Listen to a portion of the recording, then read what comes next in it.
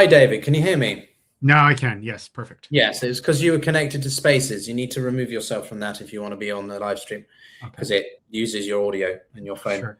Um, but it's great to meet you. I have been talking for a good 45 minutes. So I'm a bit thirsty and parched now, but I'm very interested to get your thoughts on all the developments right now. You are a fellow at the Foundation for the Defense of Democracies in Washington, a notable think tank, and I guess obviously the main flashpoint right now is Lebanon. It's a sticking point. There's lots of different aspects, angles that I want to get your take on, and I'm sure we'll have a back and forth on certain details. But right now Lebanon has suffered around 1,500 fatalities, 250 in the biggest operation since the Pyotr operation in 2024, which took out Nasrallah. So, what is the motivations of Israel to make such big moves today? Is it because of the ceasefire? Were they planning such an operation right now? What are you hearing? What's your thoughts? Well, it's interesting you asked this because I'm currently editing a piece that I have to edit it backwards because what I said there, and I'd written this piece about a week and a half ago, that once the Iran front went silent, however it went silent, based on Israeli statements, based on Israeli moves in Lebanon, it was always predictable we were going to see this escalation in Lebanon. Now, I initially thought you'd see a ground incursion immediately, but I think the Israelis are continuing to soften up the territory, so to speak, when it comes to Hezbollah's assets ahead of that ground invasion. So I think what we had seen from March or when the war started in Iran, the primary focus, and there was a report in Axios, I think early on after the Lebanon front had opened up, the Prime Minister Netanyahu had given a directive to the IDF to continue prioritizing the war in Iran. And I think there are two reasons there. Obviously, first, Iran is the bigger threat, if not the more immediate threat, to the Israeli home front in terms of the ballistic missiles and so on. And the second reason is U.S. involvement, both on the the positive side of that, and that you can't leave your most major ally hanging when it comes to such a major operation and take care of. I would disagree that Lebanon is a side theater, but the perception in American and Israeli military planning was that it was a side theater. And second, because the Lebanon war, I don't think there's an inherent clock that's running down on it, right? Whereas with Iran, from the outset, it was always obvious to anyone, including Israeli military planners, that they had their heads screwed on straight, that the Iran war couldn't last indefinitely, that it had a clock running on it, and that clock was not in Jerusalem, it was in Washington. So you need to accomplish as much as possible on the Iranian front before you turn full force to Lebanon. And look, the Israeli Air Force is powerful, perhaps one of the most powerful in the world, but it is a small Air Force overall. The Israeli army is small, and even a ground invasion in Lebanon would have taken away logistics and resources and military planning away from the bigger and more finite campaign in Iran. So you saw this, this kind of this Israeli escalation at the outset, but it was obvious that the Israelis had not brought their full power to force or to bear in Lebanon, and then that would happen once the Iran front went silent. However it went silent, now we see, this potential ceasefire. That's on the Israeli side. On the Iranian side, again, this is Iran's Hezbollah. The war in Lebanon is against Hezbollah primarily, and this is Iran's most powerful proxy. This isn't just a theoretical thing. This isn't Hezbollah serves a practical Iranian need, in that if we look at all of Iran's regional expansionism over the past decades, right? Hezbollah was there first. Iraq, when we invaded Iraq, Hezbollah came in on our coattails to help build up the Shiite militias that now dominate or predominate, at least, in Iraqi national politics, and that killed many American soldiers. Yemen, building up the Houthis, building up opposition forces in Bahrain, and let's not forget, obviously, Syria. the Iranian regime had deemed that an existential threat to the regime at home, and Hezbollah was the first to fight there. So if you lose Hezbollah, you've lost a critical, if not the most critical actor in the resistance axis. So what Iran is trying to do now, they obviously can't make the Israelis stop in Lebanon. The Israelis conventionally have the upper hand, and they don't want to continue absorbing blows domestically. I think they're messaging to Washington that, hey, if you where the ceasefire with Iran seems to carry a lot of value for President Trump personally. Midterm elections coming up, and this has not impacted President Trump's numbers favorably. And I think what the Iranian messaging now is that if Lebanon is not silenced, if the Lebanon front is not silenced, then the whole edifice will fall apart, in the hopes that Washington will get Israel to stop in Lebanon, just like it has gotten Israel to stop in Iran. So let me give you sort of one framing that I've seen developing, right? And then you can share your take on that. But there's been a lot of back and forth about whether or not this was the war would eventually peter out between the US and Iran. It was pretty clear that the US government wanted a way to wind down, off ramp, change the overall circumstances. And I think that's because we've seen a shift over time over the claimed strategic / military objectives. Quite clearly, the three that were laid out by the Joint Chiefs of Staff earlier, a couple of them were not mentioned at the outset of this conflict. It was about regime change, and since it's been refined or altered, the messaging is being, clarified or claimed it was never like that, etc. But in all of this, Israel was always going to, I think, be different, and people argue that even if the United States agrees a long-term settlement or some kind of armistice with Iran, there's going to be operations with Israel because of the people that are running the country. Netanyahu has always had a long desire to deal decisive blows, and that's not without getting into discussion around the ultra-nationalist components that keep his government in power. So, are we just seeing what was inevitable with this, or do you think that this is because the Israelis don't think that it has gone far enough and they need to act for their own existential preservation or whatever?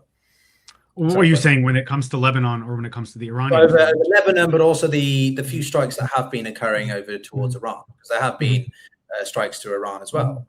So my understanding is that it's not the Israelis, unless something has come in. I've been preoccupied with media. But my understanding is that it seems like the strikes that are going on in Iran were conducted by Mirage 2000 fighters, which the Israelis don't have in their arsenal, to the best of my knowledge. Is that the UAE?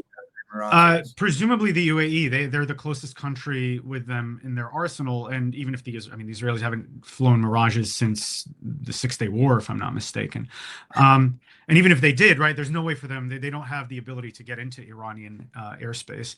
So my presumption is perhaps it's coming from other countries who are still being targeted. I think Kuwait, the UAE.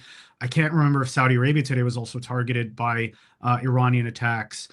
But when it comes to the Lebanon front, look, the Iranian front, I get the argument, but if we look back to June, the June war, the so-called 12-day war, Israeli involvement in Iran, and this was kind of surprising to me, was always going to implicate the United States. And I say surprising because the Israeli national ethos is get it done by yourself. Right. The Israeli national ethos up until that point was, there's this, and this is informed by Jewish history, that you can't rely on outsiders, even great friends, to take care of existential threats for you. And so while Israel didn't have the apparent capabilities or the most direct capabilities to, say, destroy Fordo or to damage Fordo, I imagine they would have come up with some kind of alternative that would have obviated the need to rely on external powers if, the moment of truth came. Money time, as the Israelis say, quite literally, and they didn't have the, and that help, that external help, was not forthcoming. It seems like that didn't happen, and it implicated U.S. involvement, and this is something that the Iranians can always play to get the Americans to pressure. Like, they understand conventionally they can't fight the Israelis. The Israelis have the upper hand, conventionally speaking, even if not numerically, not other types of weapons. And so what you do is, if you can't stop Israel directly through military confrontation, you put pressure or leverage on the country that can. or on the actor that can. In this case, the United States, which has been in an isolationist mood on both the left and the right. We see a growing isolationism for some time. We saw this in Syria. It manifested when it came to the Ukraine war. And now, since the Gaza war has gone on and on, even many of Israel's friends on the right have turned against it because my sense is at the bottom, they don't want the United States implicated. Now, when it comes to Iran, obviously, because of its size, because of its power, because of just the kind of the weight of the name Iran, there's always this implication. So the Israelis are ultimately, right, the United States is involved, even if it's not involved, and the United States is going to weigh in on Israeli operations, even if it's not involved, just like we saw in the June war when Trump said, "You're done." Right. And the Israelis called back planes mid-flight, even after they suffered a strike in Beersheba, a missile strike in Beersheba, and landed those planes. With Lebanon, it's different because there's no U.S. implication in the sense that the Israelis have the capability to take on the threats from Lebanon, even if not to destroy Hezbollah entirely. The IDF has said that it's beyond Israel's capability to occupy the territory in Lebanon necessary to entirely destroy Hezbollah. Again, unsurprising. And aerial campaigns cannot finish the job. But there's no implication of U.S. involvement. And I think this gives Israel a lot more leeway. So while the two fronts are symbiotic from the Israeli perspective, they're also separate from that point of view that the United States is not going to put the brakes on this. And we saw this throughout this, the reignition of the third Lebanon conflict. This is, after all, a continuation of the war that started on October 8th of 2023, where Lebanese officials went to their previous interlocutor of the United States, Tom Barrack, and this is a report in Axios, and they said, we want direct negotiations with the Israelis, and it was misreported that they wanted peace negotiations. Really what they wanted was return to the status quo ante. And Tom Barrack said, cut the bullshit. I think that's the quote in Axios. He's like, unless you're going to act on Hezbollah, actually act, not words. I'm tired of words. Unless you're going to actually act, we're not interested. And we've seen that U.S. disinterest in what happens in Lebanon continue. And what Iran is trying to do now is get the United States interested in Lebanon, is trying to get the United States feel that it is implicated in the war in Lebanon and its continuation, while the Israelis are looking at this as, separate. And again, from another angle, is something perhaps most people tend to not realize because of Hezbollah's linkage to Iran and its dependency on Iran or upon Iran.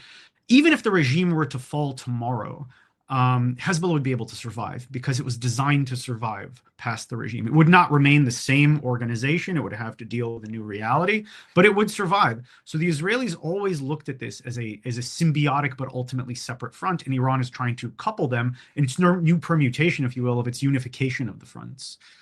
So just to pick up on that last point then, as a comparison, as a comparative analysis, the decapitation strategy that was undertaken by both in Iran has not yielded the intended or perhaps most optimal results, right? You can argue that you've taken out a large proportion of the political leadership of the Islamic Republic. However, the IRGC is largely still, fully functional, to be honest with you. Mm-hmm. You've lost a few senior officers.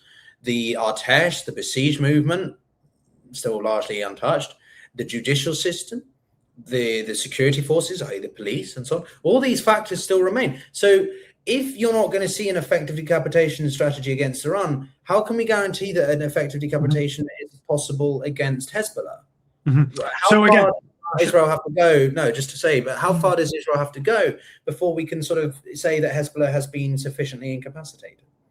Well, that's a good question. I think, look, when it came to Iran, those who imagined that the elimination of Khamenei or the senior officials alone would bring the regime to its knees were, selling fictions, delusional, however you want to put it. This is a regime that has been around for 50 years. It came in a country that has experienced regime change. I mean, the Pahlavis whom they deposed came in having deposed the Qajars before them. So this is a country that understands regime change, and they put into power or put into place apparatuses like the IRGC, like the Basij, that would ultimately try to minimize the chances as much as possible, because nothing can be fully prevented, of this regime suffering the fate that it brought upon its predecessor, in which its predecessor brought upon its predecessor.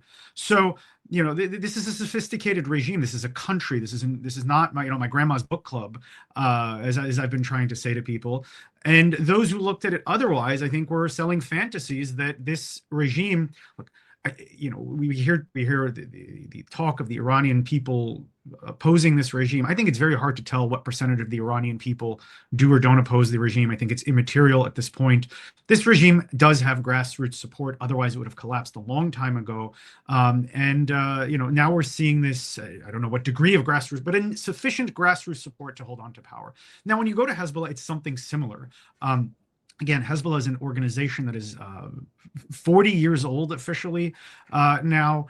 It is an organization that, again, is rooted in the people. It's not, we have this problem in the West often when it comes to these types of actors, whether it's autocratic regimes or terrorist organizations, to make the assumption that they don't have grassroots support, that the people over whom they rule are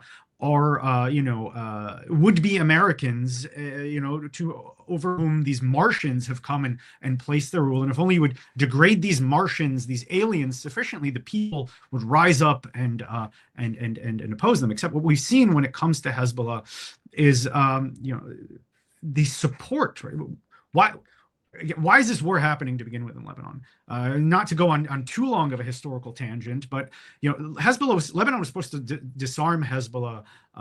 Even before this, but ultimately, in a concentrated manner, the international community passed Resolution 1701 in 2006, said, Lebanon, you have to disarm Hezbollah effectively, and this was based on Lebanese government proposal at the time, the 7 points of the Senora government. There were 18 years between Resolution 1701 and October 8th of 2023, when Hezbollah restarted the conflict, during which Lebanon did nothing against Hezbollah. Now, why? And then, after November 27th of 2024, 15 months forward, Lebanon did nothing against Hezbollah. Again, the question is, why? Is it because Hezbollah rules with the fist? No, it also has considerable popular support among Lebanese Shiites who most likely, we don't know because Lebanon hasn't had a credible census since 1932, and even that one was questionable. But Lebanese Shiites form at least 1/3 of the country, and the country is set up similarly to the Church of the Holy Sepulchre. I like to explain to people that it's not a unified body. It is a body over whom these different equally legitimate components, sects in this case, are vying for a piece of the pie, similar to how you have with the Church of the Holy Sepulchre, right? Is the Roman Catholic or the Orthodox claim more legitimate? That's for Christendom to decide.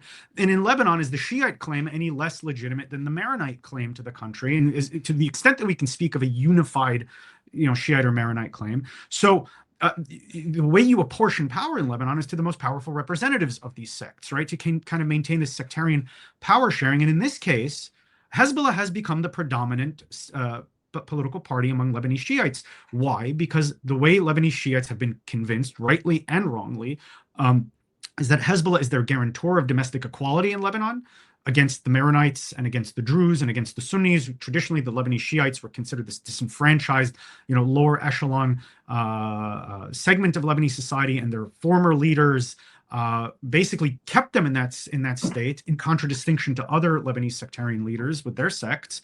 And comes in, Hezbollah says, we're going to empower the entire community, right? There's a price for it, obviously. And they also view Hezbollah as their guarantor against external threats, namely Takfiri terrorists and the Israelis. And the Israelis have not done themselves many favors when it comes to impacting Shiite public opinion when it comes to this. So when you say we're going to disarm Hezbollah, right, you're not just confronting a finite terrorist organization, you're confronting an organization that is perceived by a broad swath of Lebanese society, a legitimate swath of Lebanese society, as the only thing between them and oblivion. And this is something that Hezbollah has emphasized over the years. So that could lead to civil war if you go to take out Hezbollah, right? Because every Shiite, whether they're an ideologue or not, and most of Hezbollah's supporters are not, this ends up in civil war. So no possibility of Lebanon, right? This remains the case now, that Lebanon is not going to take care of the Hezbollah problem, and Israel can't fully take care of the Hezbollah problem. So there's an intermediary factor, or intermediary solution that the Israelis are settling upon. It's not decapitation. Decapitation is part of it, right? What we're seeing is that the Israelis have been going after during this round, even though it's more intense than mid-September to November 27, 2024, they're going after mid-level commanders. Because I think what they're trying to do is look, you go after Naim Qassem, you go after Mohammed Rad, you go after these senior figureheads. Yeah, that impacts the organization, but it doesn't cripple the military apparatus's ability to function. That's where you go after the mid-level commanders, and they're trying to box Hezbollah into the southern Litani area. So what I see the Israelis doing, this is what they've talked about, going up to the southern Litani area, occupying that for some time, And then moving back to a more digestible territory. And what we've seen from reports that Israeli military planning is focusing on something like 2 to 3 kilometers.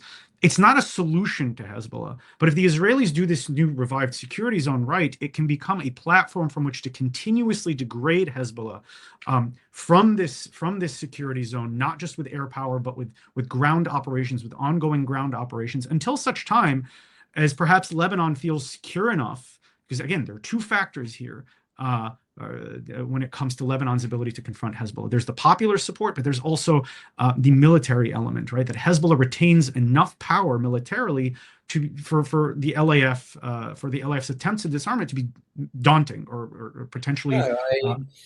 I just to chime in on that point. I mean, we've had David Petraeus on the show before, and obviously someone who is incredibly important in the encouragement, adoption of things like people-centric approaches to coin or counterinsurgency ops is obviously a core component to all of that. But it's good to have someone who, from your perspective on, because we often get people of differing perspectives across the political spectrum, and people who might be more, more on a restraint emphasis, or will argue that is it justifiable for Israel to be potentially jeopardizing peace talks between the US and Iran because of their interests in Lebanon? And is there not a less destructive way to manage Hezbollah? Because the strikes we've seen today around the Bekaa Valley, if I'm saying that right, that's 250 people have been killed,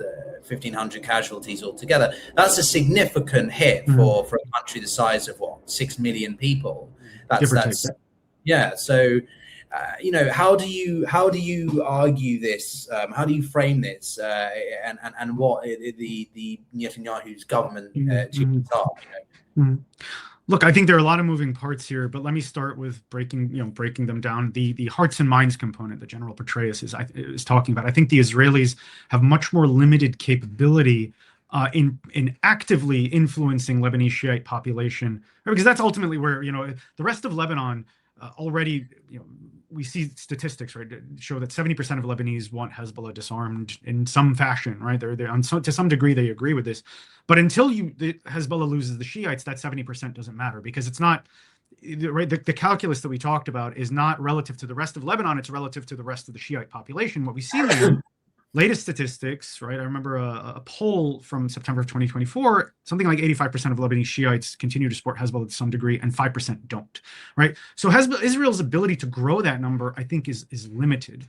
But that does not mean that the Israelis, right? So there's a positive angle or a proactive angle that I think is beyond Israel's capability, because it does not have the kind of the cultural influence of the United States. It doesn't have.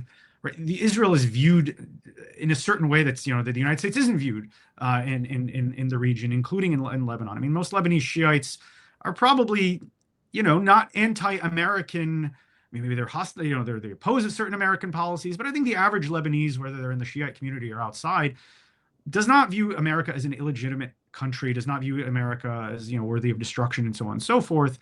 The average Lebanese has no strong positive feelings towards Israel, and again, rightly and wrongly in some cases. But Israel's ability to impact that is much more limited than the United States.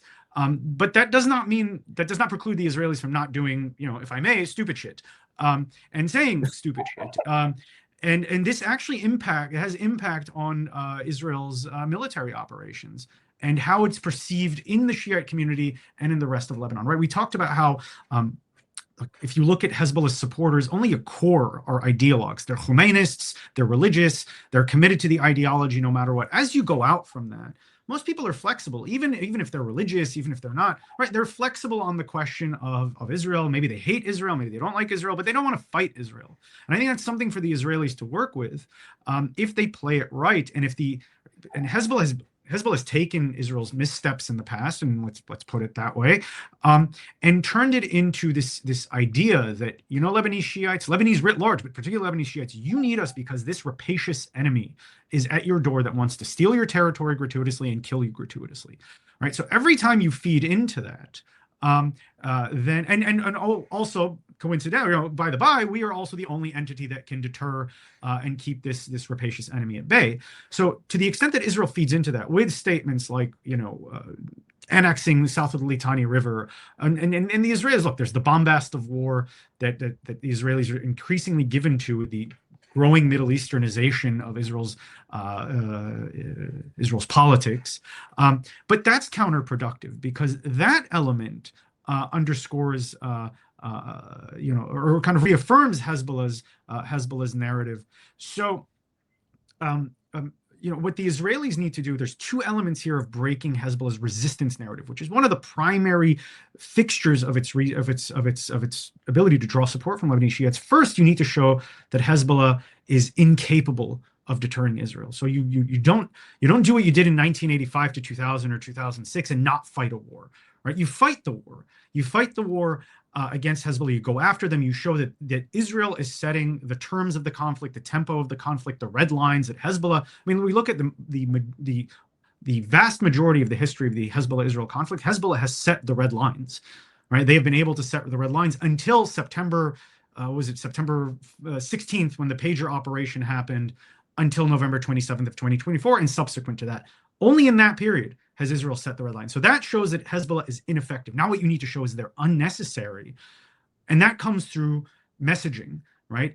Messaging, both militarily, you try to assiduously avoid civilian casualties to the extent possible, right? Obviously, it's not going to be easy, but you try to avoid the unnecessary as much as possible. You try to minimize as much as possible. And then your messaging needs to be, right, focusing on, you can't say on the one hand, our war is not with the Lebanese people, and then have senior members of the cabinet talking about annexing 1/3 of Lebanon and depopulating it. That is insane. And these two things work at cross ends, and it impacts the military's operations because, on the other hand, Hezbollah will remain strengthened, people will say, well, we have no even if Hezbollah isn't effective, we have no option but Hezbollah. Now we talk about less destructive. Yeah. If I could just chime in on that point, because I think, a lot of what you're saying is very compelling, but again, I'll offer the opposing consideration, which is that people fear that, Israel or the IDF will occupy that territory, and become a little bit under international, a bit of a belligerent occupant, as we've seen with the Golan Heights, which is heavily criticized internationally. But also, as you joined, I was taking through the audience the shifts that they made in expanding that buffer zone beyond the Golan Heights when the HTS coalition, took over Damascus, and then Al-Jani came into power and all that sort of stuff, because they were fearful about Syria becoming a terrorist state or a hub for Al-Qaeda, etc., affiliates and all that. They still occupy that additional buffer zone. So people, I guess, worry that, is Israel effectively just going to stay in southern Lebanon? And because these objectives are quite difficult to obtain, or as you said, they're quite tricky to fully implement, does it effectively mean it's an operation without an end point, a time horizon that has an end goal? I think, look, I would separate Syria and Lebanon. I think, I've publicly been very critical of how the Israelis have mishandled their hand in Syria, because you have a population. I mean, this should be Israel's dream, right? An Arab population that is indifferent to you, right? Now, I mean, the idea of and indifference can be the starting point of more positive relations. And the Syrian people, look, Giuliani is shut out, whatever his intentions internally. Again, this is a man who came to power off of the back of the lesson of the Arab Spring. If there was one lesson, it's that even autocrats can't go too far out of lockstep with their people without losing power. And I think Shara wants to remain in power. And if the Syrian people's sentiment is, we don't want war. I have a friend of mine who's Syrian American who went back to visit Damascus for the first time since the conflict. And he showed me footage of Damascus that is indistinguishable from the worst parts of Gaza, from the rest of the country. And this is something the regime hid for a very long time. Syrians want normalcy. Syrians, and not to say the Lebanese don't, right? But you have an actor, and I think Shara, realizing that his head remaining firmly attached to his shoulders depends on the Syrian people believing that he also wants normalcy. So again, whatever his intentions, I think there was a way for the Israelis to handle that assured the Syrian people, again, that they're not trying to fragment up the country, that they're not trying to play the ethno-sectarian game in the country, and that would not turn the overwhelming majority of Syrians who are Syrian Arab against them and let them and lead them to perceive that, Israel is trying to strangle their first chance of hope in 70 years, if not more, in its infancy. Now, when it comes to Lebanon, look, you have an active actor in Lebanon. I think most Lebanese realize this is a distinction, right? The Syrians can look and say, we got rid of Assad. We got rid of the Iranians. We're not bothering you. We're not thinking about you. We don't want war with you. Why are you here? Right? Whereas with Lebanon, conversely, right, it's the inverse. It's, we get it. We don't like you, right? You're breaking our country apart. You're doing a lot of damage, but we kind of get why you're here. And we're seeing that even from the upper echelons of government, that there is sort of an understanding that, look, if we, the Lebanese, don't take care of it, then someone else is going to. And unfortunately, this is how such a problem is taken care of. But now this is where it comes to the Israelis to, again, manage the messaging properly. Hezbollah has demonstrated it has no intention of disarming, right? The Lebanese government took out a decision or issued a decision on March 2nd proscribing Hezbollah's military activities. Hezbollah said, take it and, put it somewhere. We're not abiding by this. And Wafik Safa, senior Hezbollah official, is saying, we're going to force the government to rescind this decision once there's a ceasefire. And by all indications, because the factors that existed on August 14th of 2006, the factors that existed on November 27th of 2024, those military and social factors we talked about, because they, by all indications, they continue to exist, it seems like Hezbollah is going to be able, if the Israelis take away pressure, Hezbollah is going to be able to force Lebanon to rescind that decision and continue regeneration, as we've seen over the past 15 months. Now, this puts Israel in the position where, yes, it is going to have to engage in a long-term occupation. And this is where messaging comes in. This is where messaging now comes in, where, this government must, I mean, I don't know how, I don't know if any of them are listening to me or they're going to listen to me. Obviously, this is me talking into the wind when it comes to that. But they must right now engage in message discipline, right? Where they're making it clear the objectives are military, the objectives are focused on Hezbollah. And look, if we even talk realistically, all this bombastic talk of depopulating the southern Litani area and not letting, Lebanese return, 600,000, if not more Lebanese return to their homes in most of this area indefinitely, the IDF simply can't do that. We're talking about an army that's about 635,000 total personnel. This includes the entertainment troops and the cooks, right? If we look at the combat personnel, the IDF is much, much smaller. And it has a manpower shortage. And the manpower that it does have has been exhausted by, the IDF's doctrine focuses on sharp, decisive, quick, and overwhelming campaigns, not on 3-year campaigns. I can't think of a time where the IDF has fought for 3 years straight. Right? Maybe the war of attrition in the Sinai, but that was, again, finite and very limited. Something like this is unprecedented for the IDF. There's a manpower shortage. This is why we see all this tension in Israel over the ultra-Orthodox recruitment. And Israel still has to remain committed on multiple fronts that, as far, whether realistically or not, the Israelis perceive threats from them. So to say that Israel is going to be able to digest southern Lebanon in its entirety, let alone going up to Dahiyeh and the Bekaa Valley and all the way up to Hermel, where Hezbollah is, where its strongholds are, retaining hostile territory indefinitely. It's way beyond the IDF's capabilities. So what the IDF can realistically do is what we're seeing them do now, right? They're creating a manageable battle space in southern Lebanon. They're breaking the bridges between the southern Litani area and the northern Litani area to prevent Hezbollah from bringing in personnel, or complicate at least Hezbollah's ability to bring in personnel, bring in materiel, and from there, do what the LAF claimed to have done on January 8th of 2026, which is to clear Hezbollah of the area. After that, right, that could take 3-4 months, 5 months perhaps. That's manageable for the IDF. After that, why? Sorry, David, but if I can just interject on that point, why? How can this work though? If they're not going to go up to the Hezbollah strongholds because they don't have the physical or whatever manpower to do so, how can we therefore guarantee that this is an effective campaign if they're only going to be focusing on the southern things, or is it mainly about how? Okay, you said earlier they want to move middle rank officers, but if there's a lot of middle rank officers in the northeastern part of Lebanon, then how we know aerial strikes alone do not do enough of a job to remove political system. So how can we guarantee that what Israel is planning to do is going to be sufficient? Well, again, there's no guarantee. But what I see the Israelis doing, look, there was the security zone, and this is where I was going, falling back from the southern Litani area, as we saw, by the way, in 1983 to 1985, to this more digestible security zone, a buffer zone. But the mistake then between 1985 and 2000, where they retained this buffer zone, was to treat it as just a buffer zone. Now, why is that? Part of this is because 1982 happened, right? The Israeli invasion into Lebanon was supposed to be a 2-day incursion, 40 kilometers. And this is what was sold to the Israeli public and by most reports, the Israeli prime minister, to remove the PLO from southern Lebanon, right? The Israelis go beyond that because of this backroom deal between Bashir Gemayel and Defense Minister Ariel Sharon, who had sold the Israelis on this idea, well, if you crown me as president of Lebanon, I will make peace between Israel and Lebanon. The Israelis did their part. Bashir Gemayel then tells them, well, actually, I have a lot of Muslims in this country that wouldn't be too happy with me being seen with you. So maybe an economic deal for now. And then he was killed. And then the objectives of the war, right? Sabr Shatila happens.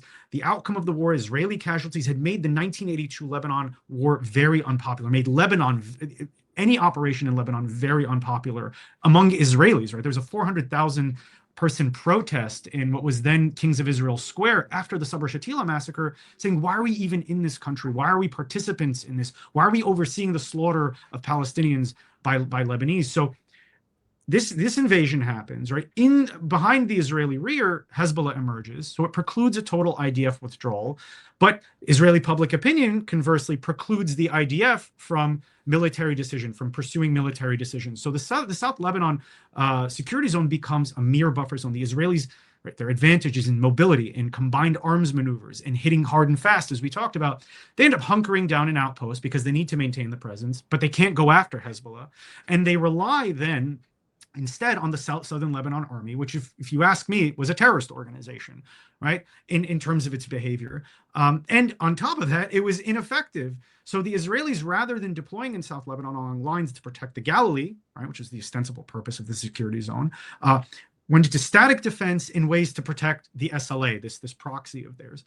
Now, this security zone can be done differently if there's no reliance on local Lebanese, and I think that's going to be the case. And again, if it is not just a buffer zone, if Israel takes a digestible part of Lebanese territory, uses that as a buffer zone, but not only that, but from there continues to launch raids, ground incursions, the operations that we've seen that Hezbollah can't withstand when it comes to Israel, also with ongoing standoff firepower operations. Like if I see the Israelis doing this correctly, I actually put out a tracker on Longwar Journal that's been following every Israeli operation, every Israeli action from the date of the ceasefire until it broke down on March 2nd. And what you see is along the blue line, right, in this kind of this call it a military targeting zone, evacuations or whatever, kill zone. There's been ongoing policing operations, patrols, incursions, sniper fire, quadcopters, right, drone strikes. Basically, any movement that the Israelis don't like, they hit it. So if I were the Israelis, again, you move up to the Litani River, you spend the next 4 months cleaning it up. Then you take those policing operations and you move you don't keep your troops there, right? But you keep the policing operations at the Litani River, and anything that's suspicious, you hit with whatever's necessary. And from you have the ongoing airstrikes and targeted killing and strikes on Hezbollah's assets. You can intensify those. And you couple that with ground incursions, ground raids into Hezbollah's territory, commando raids, right? This needs to be an ongoing process to where you can tilt the scales where it comes to Hezbollah, to where the Lebanese can say, all right, we at least feel secure enough that the LAF can take on Hezbollah right now. This is not going to be a 1-year process or a 2-year process. I think this is going to be Israel's only way to attempt to degrade Hezbollah faster than it can regenerate. And I see them going not just for, again, standoff firepower, but coupling that with using this security zone as a launch pad for ground incursions. More limited ground incursions, but ground incursions nonetheless. So we're going to be joined by our next guest in a few minutes. So I'd love to get your take, a quick take on a couple of forward-looking items. Firstly, you mentioned the United States and that this should be within their interests to get involved. Mm-hmm. Would they really? And in what capacity? Primarily through a sort of logistical form, or would they actually send special forces? Would they be bombing campaigns? Like what role do you think the US could get involved or should get involved? Oh, so no, it's in the U.S. interest, but the United States should absolutely not get involved. And I say it's in the U.S. interest because Hezbollah has primarily put the United States as its number one enemy, right? The way they describe Israel is a forward military base. It's a tool of the United States in their narrative. And Hezbollah says this in their 1985 open letter, that every war and every confrontation in which Hezbollah engages is measured against this, its yardstick is this grand confrontation with the United States. And we've seen them put this into action, both with their attacks in Lebanon and, their attacks against U.S. assets, their ability to kind of raise up Shia militias that are loyal to Iran, to pressure the United States in the region, to expel ultimately the United States from the region, not just our forces. They want the total elimination of American presence from the region. And again, this isn't some comical claim that, they want to nuke the United States. What I think they want to do, right, they have this alliance with other countries like Russia, like North Korea, like Venezuela.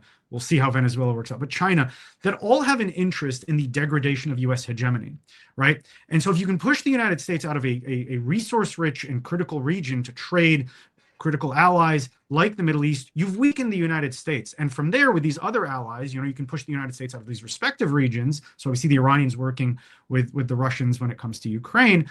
Then it's no longer Washington that's dictating to Tehran. Ultimately, this alliance down the line can ultimately dictate to Washington. So, and Hezbollah is the tip of the spear of this grand Iranian regional project. So that's why I say there's a primary U.S. interest, both because Hezbollah has put us more than the Israelis in their crosshairs, and because they've acted both militarily and in other ways to eject us from the region. We shouldn't underestimate Hezbollah's activities that aren't kinetic against U.S. interests in the region. And well, if I'm saying this is a primary U.S. interest, then why not U.S. involvement? Because we have a partner that can take care of it, right? There's a reason why we give the Israelis $3.8 billion a year and all this joint training and all this supply, right? For them to be able to take care of the problems, to obviate the need for our forces to be on the ground. That's the utility of an ally.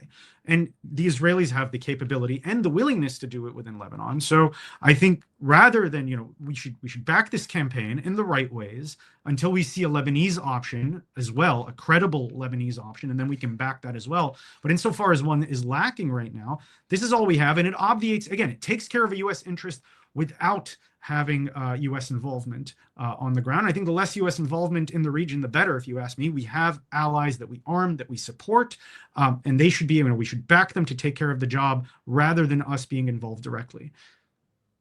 Right. Yeah, that's a big picture take, isn't it? I've made this point a few times on the show. The argument that the war against Iran is part of a grand strategy to undermine China. Personally, I find that a bit far-fetched. I just don't think that the Trump administration has such a long-framed chess mind, to be honest with you. Could be wrong. Or that thinks even now in grand strategic terms, yeah. Yeah, but I don't know. People are saying that when he's going crazy over the weekend by saying crazy bastards and fuck this, fuck that, excuse me, that's all part of a negotiation strategy. That doesn't sound like someone who is he sounds unhinged. And this isn't just because of my dislike for Trump. I just don't think that that's a very effective form of diplomatic statecraft.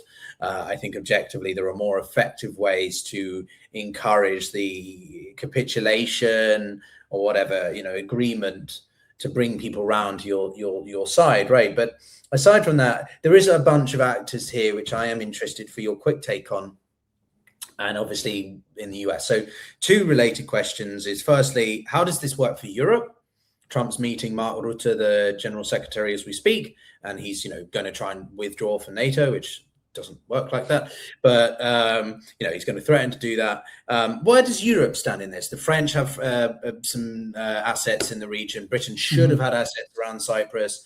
The Greeks, Turkey. What does this all mean for Europe? And this other question is simply, where do you see this going, given the relationship of the Democrats or the left in the United States, and how likely they'll respond to Trump's war in the midterms and stuff? That's going to make it hard for Israel, isn't it? I mean, well, yeah, that's the more complicated part, and I don't think just from the left. Look, when it comes to Europe, I think this goes back to the point that you just made about grand strategy, right? There is a grand strategy to some degree on the other side between this alliance of the, I don't know what you want to call them, the autocratic, to gradually break U.S. global hegemony and from there eject us from various regions. You're right. I don't think the Trump administration looks at this, even though there is an American interest in all of these regions, and I would say including in the Middle East, we're not looking at it that way. And if we were looking at it that way, look at our most successful campaign that we've ever had, kind of the basis of this idea, what led America to be a superpower, was World War II. And we accomplished that. We were able to succeed. Were we the tip of the spear? Were we the deciding factor? Absolutely. But we would not have been able to fight that war to success, to military decision, to defeat Nazi Germany and Imperial Japan without the assistance of our allies, right?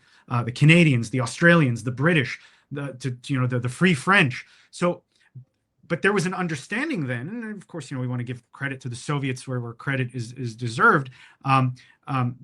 But there was an understanding then about what the joint threat was and how to deal with it properly. We did not engage in coalition building prior to this campaign. And look, Iran is not a small territory. 90 million people. Tehran is larger than New York, right? You can bomb parts of Tehran and other parts of Tehran can continue to function as if nothing is happening because of the size of the city. So when we're talking about, deposing this regime, I don't know how we thought we could do this without building this grand coalition where we all do have an interest, right? I mean, if the United States is weakened, and this is something the French, I can take them to task for, they've always done this, including during the Cold War, right? The United States was giving this umbrella through NATO to protect Western Europe from the Soviet incursion and Soviet influence. The French were always doing their own thing that ultimately undermined the United States, and they still do this, right? But which ultimately undermine them. So, but the interest here is the same, whether the French have their own way of doing things, and we see this in Lebanon, whether the Israelis are kind of cutting their own deals or doing their own thing, that, if it's some way it undermines the United States, all of our allies lose. All of our allies are harmed. That does not mean we're going to do everything smartly, but at least you're secure if the United States is hegemonic.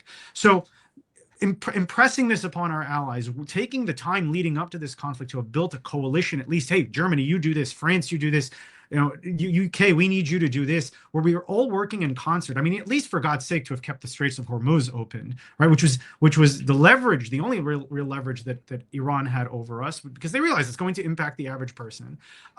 So I think that was what was lacking here. It does not mean that the European interest isn't implicated, right? They're damaged just as much if our influence in the Middle East recedes, if Iran's influence in the Middle East rises, because they're part of our camp. And how it comes to, but again, that's a failure on us for not having brought our allies on board in the proper way leading up to this campaign. As to what the effect will be on Israel, look.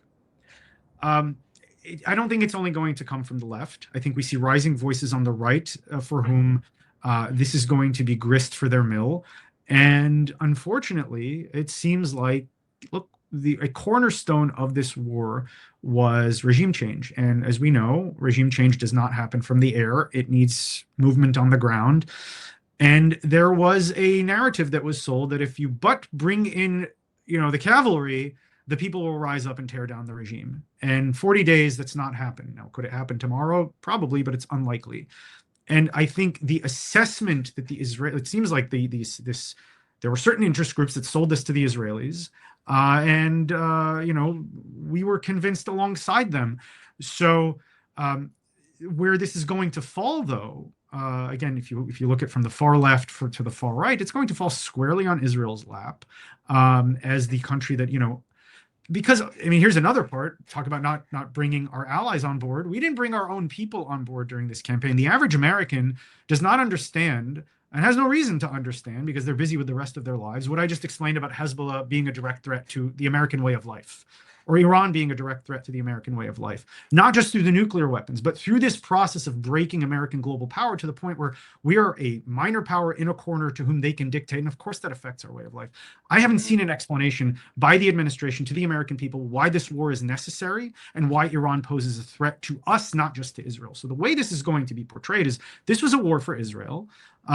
Look, the Israelis got bombed. This is their war, and we got dragged into it. And there's no American interest. And yeah, you're going to have the Tucker Carlsons from the right, and the AOCs from the left use this as grist for their mill to say, look, this is a bad ally. This is an ally that drags us into wars that that are not in our interests, that cost American lives. And they'll point to Iraq, even though official Israel at the time, the government of Ariel Sharon was opposed to the Iraq War, was opposed to the U.S. invasion of Iraq and deposing Saddam Hussein, because they realized like this is going to create reverberations in the region. They'll point to Bibi Netanyahu's testimony before Congress around the time to say, same man that led us into Iraq is the same man that led us into Iran now.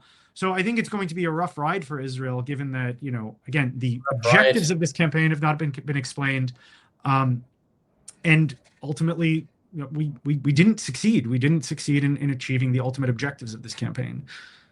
Wow, that's a stark point by which to draw a close to our great conversation here, David. It's really appreciate having you on for the first time. Be very keen to have you and some of your fellow colleagues at FDD back, or for the first time, bring some of the new colleagues onto the show.